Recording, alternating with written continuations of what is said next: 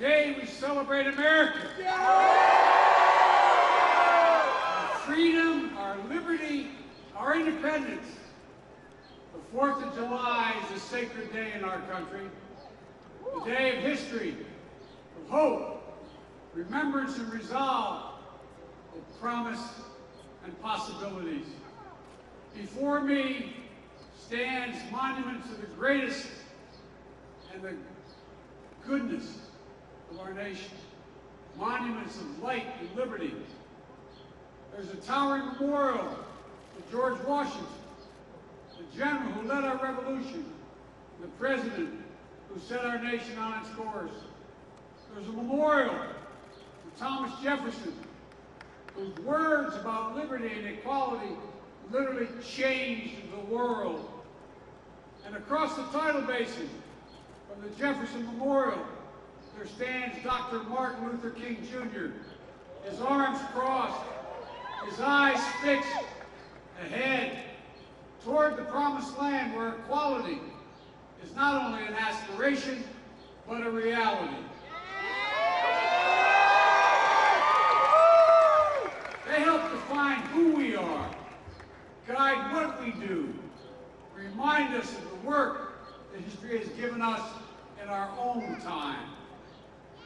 This year, the 4th of July is a day of special celebration, for we are emerging from the darkness of years, a year of pandemic and isolation, a year of pain, fear, and heartbreaking loss. Just think back to where this nation was a year ago. Think back to where you were a year ago. And think about how far we've come. From silent streets to crowded parade routes lined with people waving American flags.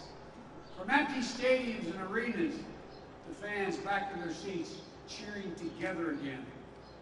From families pressing hands against a window to grandparents hugging their grandchildren once again.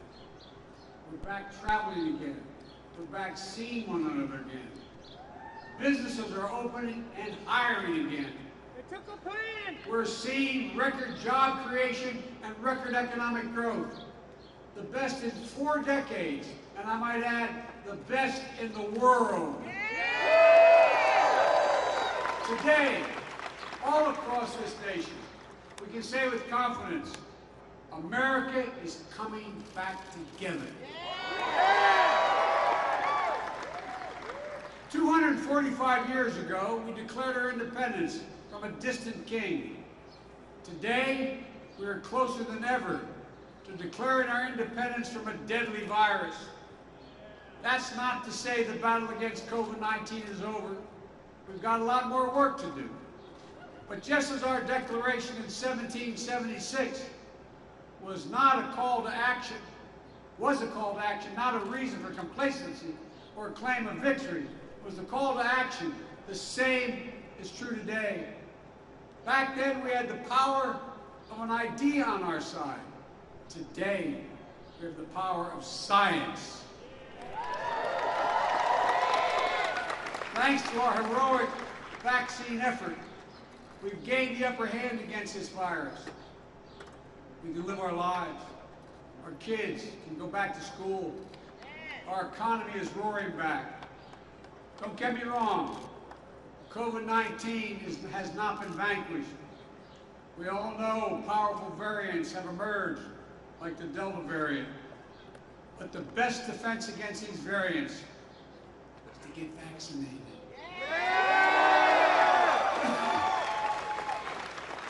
My fellow Americans, it's the most patriotic thing you can do.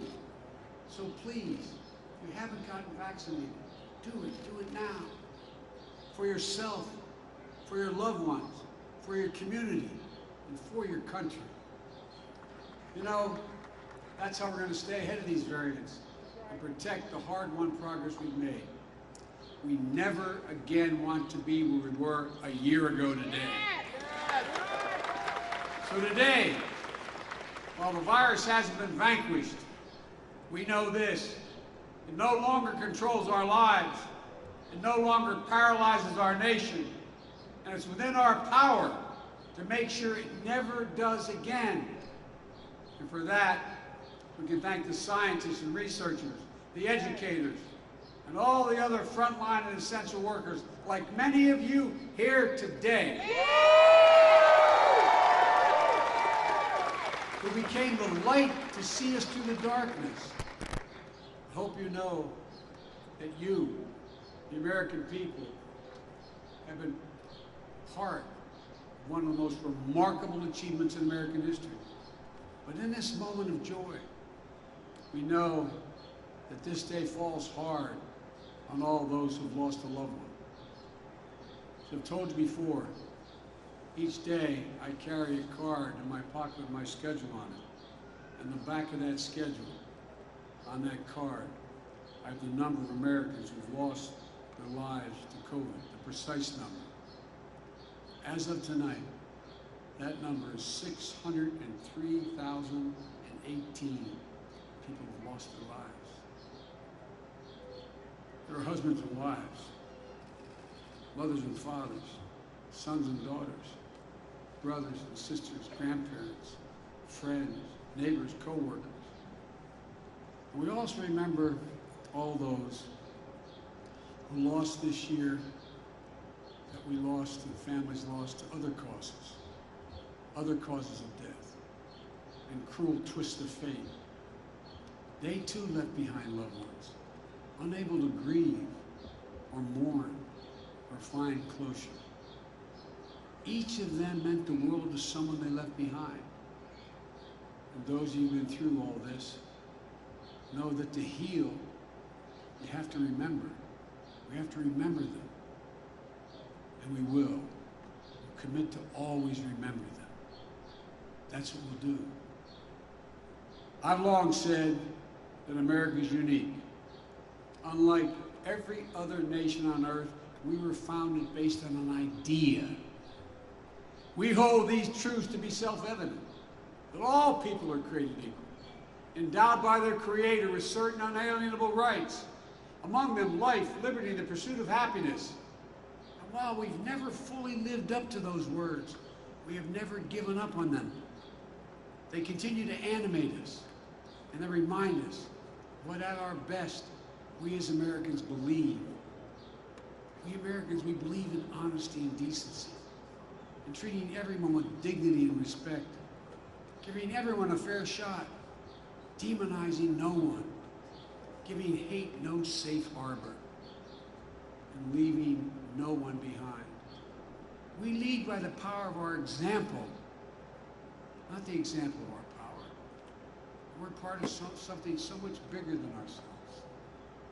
We stand as a beacon to the world. It's a code. It's a code, uniquely American code. It's who we are. To all the service members and their families who are here tonight, today, all of you serving around the world, it's the greatest honor to serve as your Commander-in-Chief. Jill and I,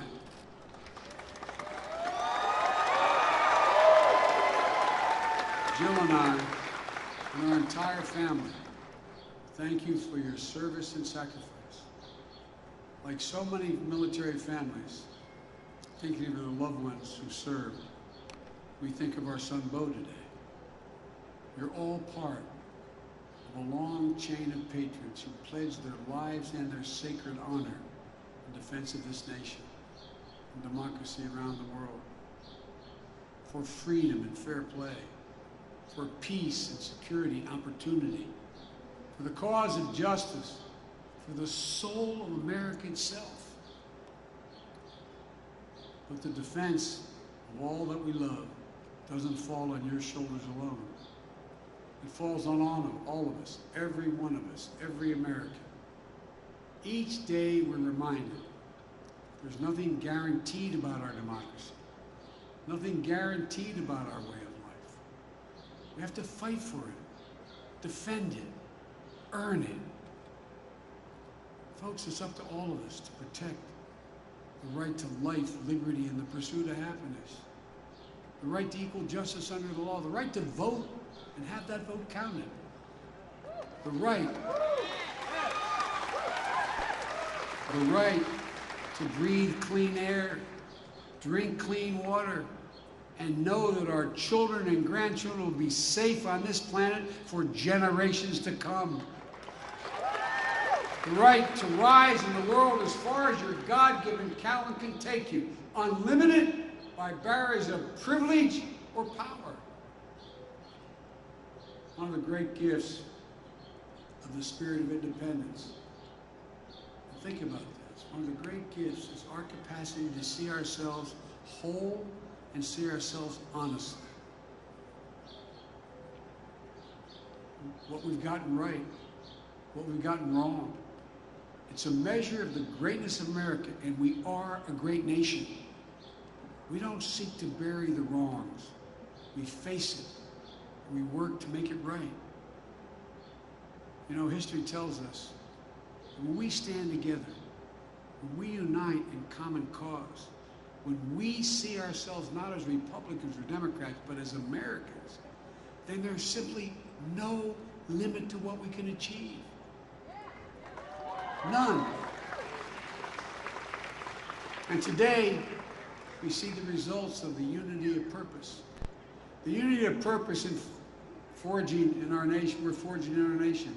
For together, we're beating the virus. Together, we're breathing life into our economy. Together, we will rescue our people from division and despair. But together, we must do it. Over the past year, we've lived through some of our darkest days. Now, I truly believe, I give my word as a Biden, I truly believe we're about to see our brightest future. Folks, this is a special nation, a great nation. And there is a timeless truth about America, the most powerful idea in the history of the world, in the hearts of the people of this country. It beats in all our hearts. No matter your race or ethnicity, no matter your gender identity or sexual orientation, no matter your disability, no matter your faith, it beats in the hearts of rich and poor alike. It unites America. Whether your ancestors were native to this land or brought here forcibly and enslaved, whether you were immigrants from generations back like my family that came from Ireland, or you're coming here today looking to build a better life for your family like our fellow Americans I just swore in the White House 2 days ago.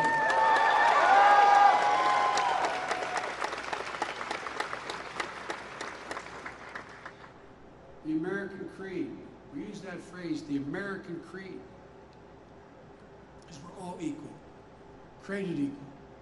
It was written a long time ago. But the genius is that every generation of Americans has expanded it wider and wider to include those who were excluded before. That's why it's never gathered dust in our history books. It's still alive today. Alive in our hearts, alive in the work of our hands, alive not only in the history we read, but in the history we're making. My fellow Americans, now, we are the guardians of that very idea of America. It's up to us to save it, to preserve it, to build on it. And I know we will. On this sacred day, I look out to those monuments on our National Mall and beyond them, into the hearts of our people across the land. And I know this, it's never, ever been a good bet to bet against America. Never. We just have to remember who we are. We are the United States of America. And there's nothing we can't do if we do it together. Folks, happy 4th of July, America. God bless you all, and may God protect our troops. Thank you, thank you, thank you.